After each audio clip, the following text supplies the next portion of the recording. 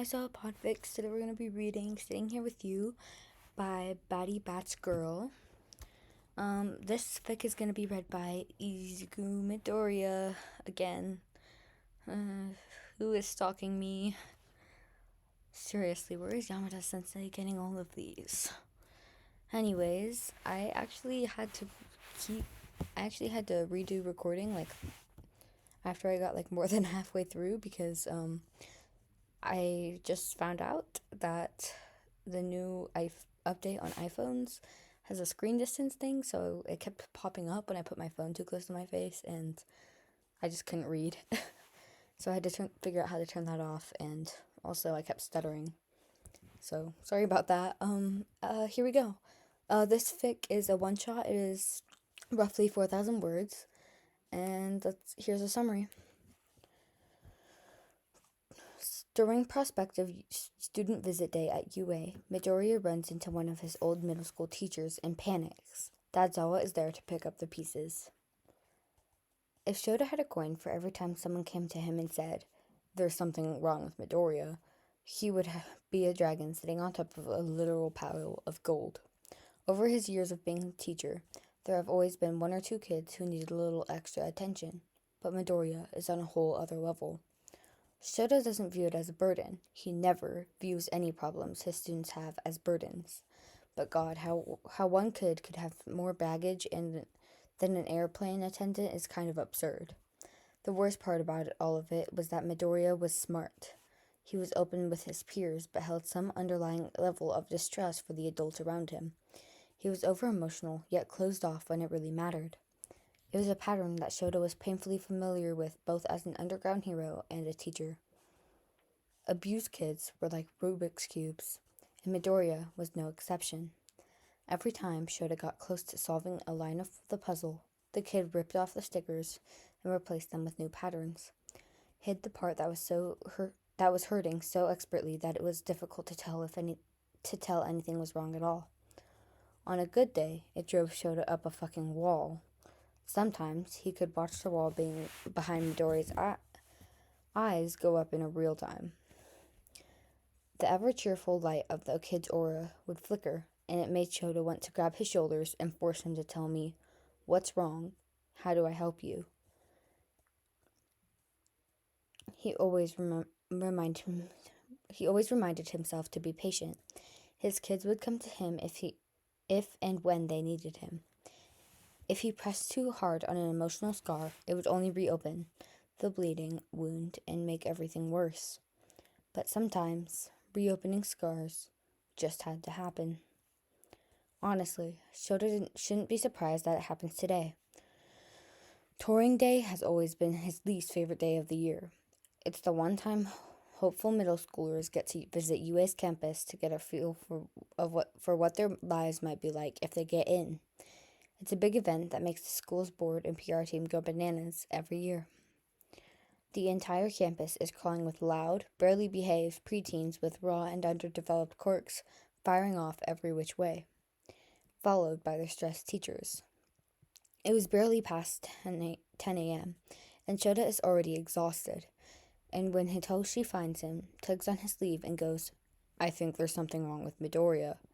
Well, that's just icing on the fucking cake, isn't it? Shota is immediately on alert, already grasping for erasure. The last thing they need was another flare-up of whatever the hell happened during the joint training exercise. There were hundreds of civilians milling around on campus, unable to protect themselves against the repercussions of that kind of quirk. What happened? Shinso seems to register his level of panic, and is quick to reassure him. It's not like that. His quirk is fine. Shota relaxes a little, but something about the way Shinso is shifting his weight makes him feel on edge. It's hard to explain.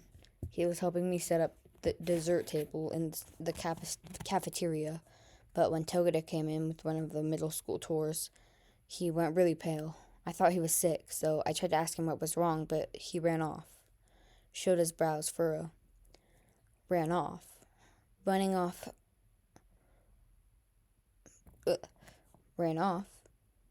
Running from a group of hopeful heroes didn't sound like something his problem child would do. Midoriya loves kids. That much was clear by his relationship with Koda and Eri. Where is he? The bathroom, on the second floor. He locked himself in a stall, and I heard him throwing up. Shinso chews on his bottom lip as if debating with himself over something. Shota waits patiently for his student to eventually add, "He crushed a bowl, Sensei. I think he's bleeding." Shota allows himself a moment to let this information sink in. He inhales and sets aside whatever emotion he may be feeling to take up the task at hand. Go back to the cafeteria and finish anything lunch rush needs help with. I'll take care of this from here. Hitoshi nods, the unease in his posture lifting. He shoots the kid a little smile. Thanks for letting me know. Not wanting to waste any more time, Shota makes quick work of slinking through the crowds of tiny humans and tired adults, his feet automatically leading him to where he needs to go. His mind whirls as he walks, trying to piece together what could have set Midoriya off like that. Did a villain somehow make it onto the campus, disguised as a middle school teacher? No, the kid would have started a fight, not run away. Actually, Shota has no idea what could make someone like Midoriya, a kid who regularly launches himself headfirst into any dangerous situation that crosses his path, not only lose control of his quirk, but flee and hide. It couldn't be good. The second floor is quiet, empty of both students and teachers. Shota presses his ear to the bathroom door. The muffled sound of dry heaving on the other side nearly makes him cringe. He knocks on the bathroom door as a courtesy, then nudges it open an inch. He keeps his voice soft and low. Problem child? Immediately, the room goes silent, save for the hushed attempts of holding back uneasy breathing. Shota bites back a sigh. I know you're in there, kid. I'm coming in. Shota makes more noise than he normally would as he steps inside the bathroom, intent on giving the kid plenty of awareness of his presence. He spots Midoriya's bright red shoes underneath the only closed stall door, but hovers near the sink, not wanting to press him too fast. I'm fine, Sensei, the kid says. His voice is raw and pitched higher than normal, a clear indication of his distress. I think I just ate something bad. You don't have to worry about me. I'm okay. Liar, Shota thinks. If you're sick, you should go to Recovery Girl. I can walk you. No! I mean, no, you don't need to. Actually, I'm already feeling better. I'll head downstairs in a little bit. You really don't have to stay here. Shota picks up on what he's really trying to say. Go away. On any other day, he might let this slide. It was obvious Midoriya was going through something and didn't want anyone around. But if the kid is bleeding, Shota can't leave him with the risk of him hurting himself further, intentionally or not. So instead, he steps closer. A locked stall door really isn't much of a barrier. Shota can easily kick it down, but in delicate situations like this, he has to respect the boundaries set by the person in crisis. He sinks to the floor facing the little door, crosses his legs, and waits. What? The legs visible curl away from him. What are you doing? Nothing, Shota answers honestly. Just sitting here with you. He hears Midoriya's breath hitch, and the sound of the kid's barely repressed sobs make his chest ache. Shota carefully weaves his fingers together in his lap to prevent himself from tearing down this door. He waits like that for what feels like hours, listening to his students' muffled crying, unable to provide any comfort. Like always, Midoriya was so close and yet unreachable. After a while, the kid's sobs break off into little hiccups. Might as well rip off the Band-Aid. You want to tell me what happened? It takes a good minute for the kid to answer. Shota can practically hear the way Midoriya's brain is working itself into hyperdrive, trying to think up a lie that will be convincing enough to get his teacher to go away. But eventually, he answers. His voice is barely above a whisper, and is dripping with self-loathing. It's so stupid. Your emotions aren't stupid, Midoriya, Shota reminds him gently. Yes, they are, he bites back bitterly. I'm just overreacting. It's not like I don't... I don't think he recognized me, so I don't know why I started freaking out. It was just like it was like my body just, I couldn't even look at him without, the kid's voice wavers and breaks. Shota gathers what he can from that little admission. Still, Midoriya's panic was triggered by a person. Was another UA student? Shota hasn't heard of any cross-class feuds that his problem child was in. Shinso had said Togeda was the one leading that tour, and Togeda was one of the obnoxiously kindest kids Shota had ever met. Midoriya certainly didn't pick fights with upperclassmen, so that couldn't be it. Could it be a middle schooler that he recognized? Or Shota's stomach sinks. One of the groups on tour today was from Aldera, Midoriya and Bakugo's old middle school. He didn't know much about their experience there, but he does know that it took months for Midoriya to stop looking like a panicked rabbit whenever he was called on in class. Shota lets out a steady breath through his nose and reminds himself not to let his rising uneasiness get the better of him. He couldn't assume anything about his student's past. He could only work off of what they told him. You don't have to go back downstairs if you don't want to.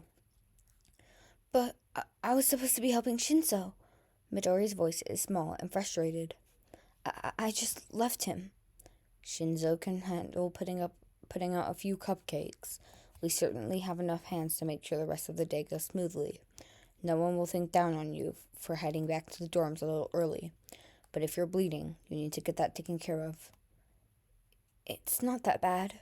Shota almost snorts, knowing the kid's tendency to belittle his own wounds. Why don't you open this door and let me see? After a tense moment of hesitation, the kid's legs shift as he reaches to unlock the door. The door opens, and Midoriya is kneeling in front of him, freckled face ruddy and covered in salty tear tracks. The kid refuses to look at him, keeping his chin close to his chest as he offers his hands up for Shota's inspection. His hands are that bad. His palms are bloody, but the cuts don't look too deep. The concerning part is the tiny shards of glass that are embedded within the wounds. Shota sighs. Come on, let's get this cleaned up and healed before it gets infected. He goes to take Midoriya's arm to help him stand, but the kid jolts back violently, wild green eyes jumping up to meet his. No, I'm fine. It's nothing. It's not nothing, Shota snaps, desperately grasping for a way to get this through the damn kid's head. You're hurt. You need to go take care of yourself. Midoriya shakes his head, green curls flying, and he curls into himself. Shota watches as the fearful panic retakes him. I can't let him see me. His student's shoulders tremble as a new wave of tears roll down his cheeks. Shota wants to touch him, but he doesn't want to make a move without permission. He's hyper-aware of the small span of distance between them. Instead, he leans forward and says, Izuku, you are safe. I'm here, and I will not let anyone hurt you. Do you believe me? He gets a tiny, shaky nod in return. We don't have to go anywhere if you don't want to, but I need to treat your hands. Will you let me do that? Another tiny nod. Okay. Shota stands and quickly gathers a few things he needs. Wet paper towels, a small set of tweezers, and scissors he keeps in his belt for odd situations like this. He kneels back in front of Midoriya, holds out his hand, and waits. His student has stopped crying by now. He glances at his outstretched hand. Then he looks up to meet his gaze with guarded green eyes. He can tell Midoriya is looking for something, searching his face for a decoded secret. He must find whatever he's looking for because the kid places his bloody hand in Shota's waiting one. Midoriya's hands are small and covered in calluses and scars, a lot like the kid himself. Shota makes quick work of cleaning up the cuts and starts picking out the glass shards with the tweezers. Midoriya's brow furrows in pain, but he keeps any pained noises quiet. I should probably apologize to Lunch Rush for breaking his bowl, the kid murmurs. Shota snorts. He's got hundreds. What if that one was his favorite, though? What if I ruined his day because of it? Yes, you breaking one bowl completely crushed him during a day when thousands of hungry children descended on campus. Shota deadpans. Midoriya cracks a shy, shaky smile. It's small, but he'll take it. Okay, other one. Midoriya gives him his other hand, hissing when Shota wipes his cuts clean. He laughs a little breathily to himself. Even if Suga-sensei did recognize me, I don't think he'd believe it was actually me. And just like that, Shota had a name and occupation. Midoriya's old teacher. God, what had that teacher done for one of his students to react like this? Anger bubbles in his throat, but he swallows it down with practiced ease. He has to focus to keep his voice soft. Why is that? His student hesitates. Shota watches as Midoriya debates on changing the pattern of the puzzle he was unlocking. But the powers that he must have been smiling down on him, because the kid mutters, I was a late bloomer. He thought you were quirkless? Midoriya cringes at his bluntness, but nods. How late? Midoriya ducks his head. Really late? That makes Shota pause, but only for a second. Course coming in late was uncommon, sure, but he can't imagine Midoriya's insane power-up strength coming out of a 4-year-old's body. If one of his middle school teachers thought he was quirkless, that meant he had to be at least 13 or 14 before it actually came in, which would explain why the kid had almost zero control over his power during the first day of class. But there feels like there's something more to it, besides just that. Shota itches to dig deeper, but forces himself to focus on the more pressing matter. Could you try again? I didn't get that. Could you try again? Oh my god.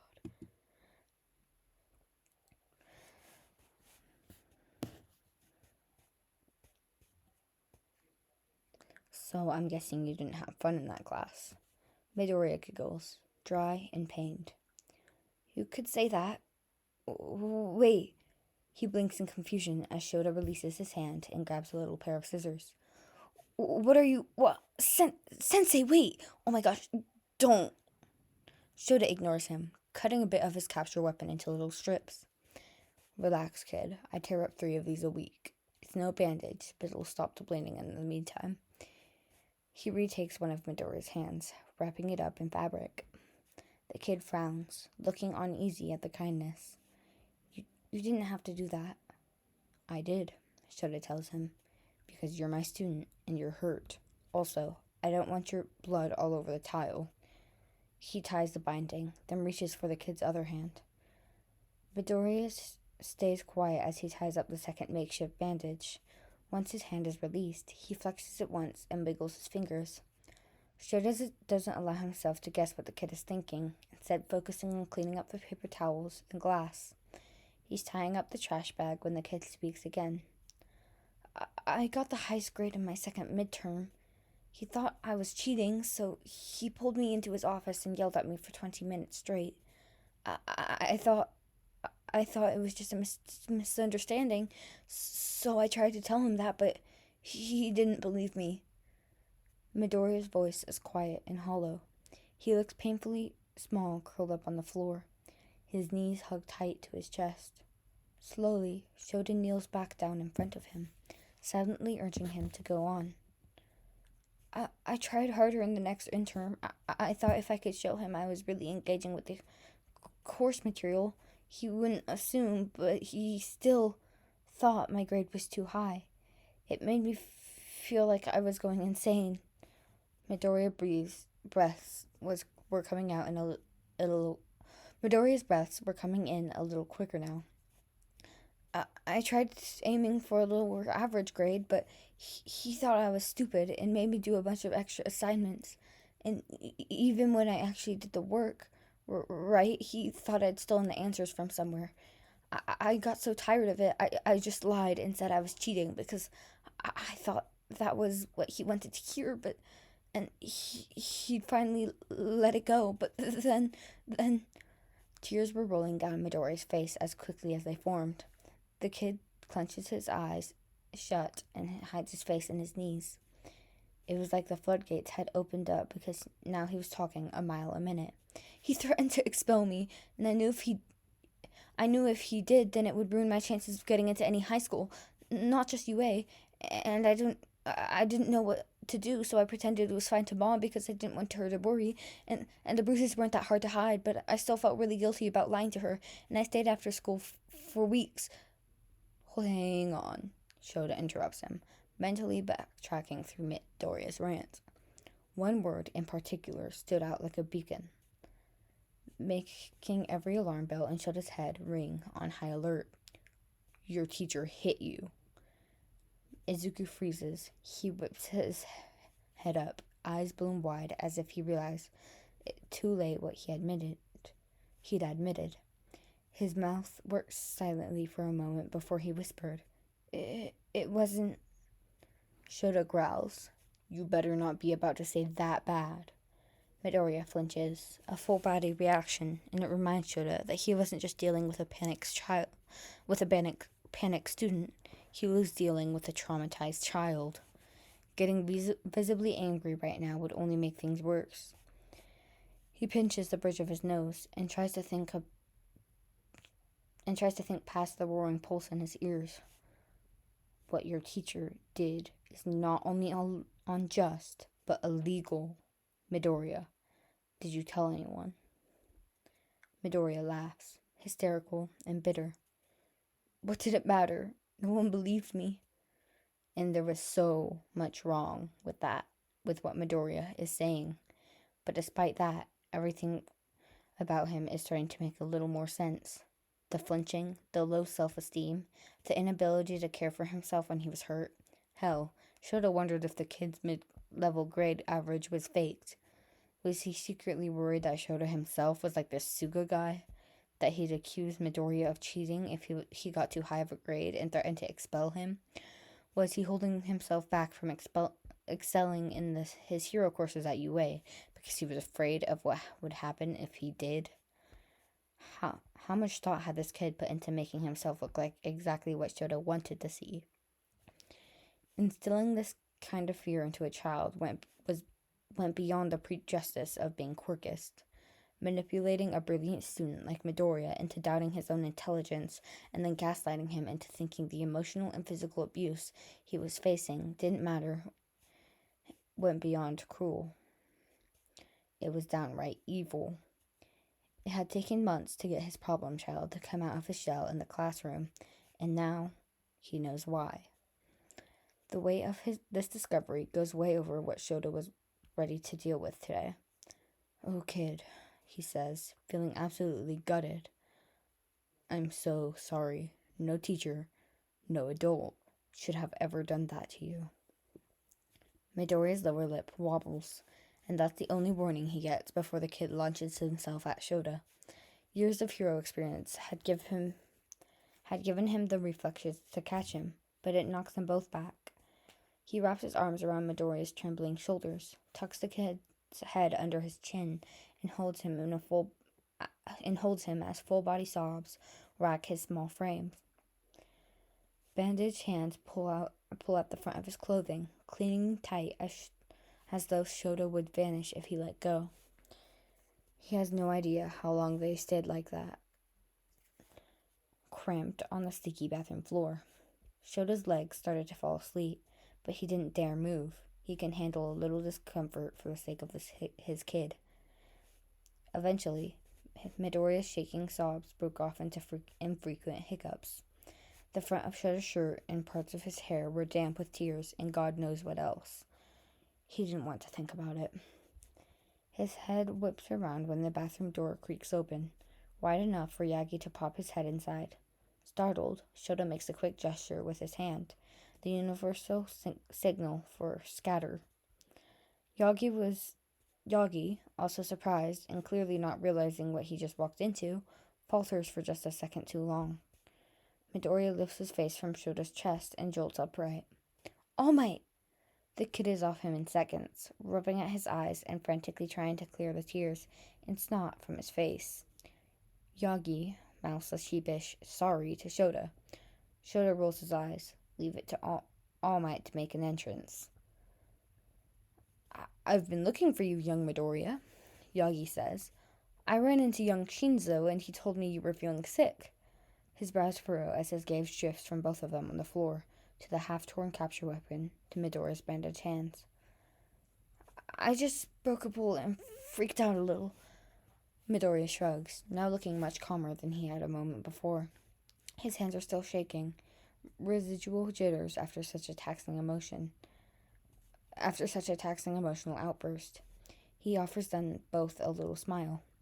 I'm okay now. Yonki shoots Shota a look, one that says, I know you know what really happened, and I want you to tell me. Shota sighs. That conversation was going to be a fun one. He stands up and helps Midoriya to his feet. Why don't you let All Might take you to Recovery Girl, he suggests, quickly gathering his tools and putting them back in his belt. Those bindings work in a pinch, but they're not properly sanitized. The last thing we need is you getting an infection. Right. Midoriya ducks his head, the tips of his ears turning pink. Thank you, Sensei. God, this kid. Shota can't help but smile a little. You're welcome, problem child. He checks his watch. They've been in here for a little over an hour. Most of the tours should be in the cafeteria by now for lunch, so I don't think you'll have any issues getting over there. Midoriya looks at him with so much reverence that it makes Shota's heart ache, but then his expression falters. Sensei, you've been... it was just such a long time ago, and I don't want there to be any trouble for anyone because of me. It takes a second for him to realize what Midoriya is asking, and it makes Shota want to bash his head into a wall and scream, this fucking kid. Always putting others in front of himself, even if those people hurt him. There is no way in hell Shota is letting this go. This wasn't just one of his kids asking him to keep a secret. This was grounds for filing a lawsuit for arrest. If Midoriya didn't want to be involved any more than he already was, that was fine. But Shota was at least going to get this guy's teaching license revoked. And if he mentioned there being a potential lawsuit to Nezu, the overzealous principal would launch a full-scale investigation into Aldra. Because hell, if Midoriya told an adult he was being physically abused by a faculty member and the school did absolutely nothing, what else were they hiding? This could be bigger than just Midoriya. The school could have abused other kids too. He briefly wonders if anything ever happened to Bakugo. Midoriya clearly went out on a limb here, trusting him enough to let him in. He doesn't want to lie and say nothing will happen to Asuka, because fuck, Shota was going to tear that man apart. But he also doesn't want the kid to actively try to protect his abuser. He settles on, I don't want you to worry about that anymore. The kid looks at him again, really looks with that same little guarded expression he wore earlier. You're safe, Shota tries to silently convey. Let me help you. Let me protect you. After what seems like years, Midoriya nods. Okay. Shota isn't stupid enough to think this was all going to go away just like that. He was signaling the kid up for mandatory counseling sessions the second he left this room. But Midoriya had inadvertently already taken the first step he needed toward healing. He told an adult. And unlike those Aldro bastards, Shota was going to do something about it. Midoriya heads over to the door. Over the top of his head, Yagi shoots him another look that says, what the fuck is going on, Aizawa? But holds the door open for the kid. When their student slips out into the hall, Shota whispers, just get him healed up and back to the dorms. Maybe watch a movie with him or something. I think he'll be too tired to do anything else. Yagi's eyes sweep over to the kid when they step into the corridor. Midoriya looks absolutely exhausted, his eyes swollen and his face still blotchy from tears. His shoulders were still trembling. If the windows were open, the soft breeze would surely knock him over. No kidding. Then, ever the sunny optimist, the blonde plasters on a smile. All right, young Midoriya, let's get you to Chio. It's been, what, a week since you've been in the nurse's office? I bet she missed you. Midoriya lets out a wet snort and leans heavily into the arm that was wrapped around his shoulder. The pair heads off down the hall, and Shota watches them for as long as he can before they disappear around the corner. Now that the kid is gone, he wants to let his anger out. He wants to go find Aldera's class tour and break Suga's nose with his fist. Logically, he knows he can't go physically attack the man. He wasn't a villain. He was somehow much worse. Lighting up, showed his body with fury that he hasn't felt since Eri had cried when she was given a room with a window. He knows if he lets his emotions take over, his rational brain would get thrown out the window. Eraserhead was logical. He was intelligent, patient, particular with his movements in battle. He was careful, sneaky, held his cards close to his chest until he knew he could take his opponent down. Shota wanted to let himself loose, but Eraserhead would not. No, he was going to do this the rational way, the legal way. He was going to bring this to Nezu, file for all the permits he needed to go digging into Aldera, then burn the school to the fucking ground. And he was going to love every second of it. But first, he needs coffee. Alright, everyone, this is the end of Sitting Here With You by BattyBatzgirl. This was a really good one-shot. I really enjoyed this one. I'd like to apologize sincerely for all the stuttering. I still don't know what's happening. I don't know, something happened, and all of a sudden I couldn't stop stuttering ever, and it's become a big problem in everything, so yeah, poor me.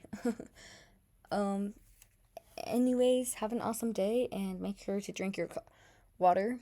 It's not like Dadzawa _4_life is holding a gun to my head to say water or anything like that. Nope. So, drink your water and have a fantastic day.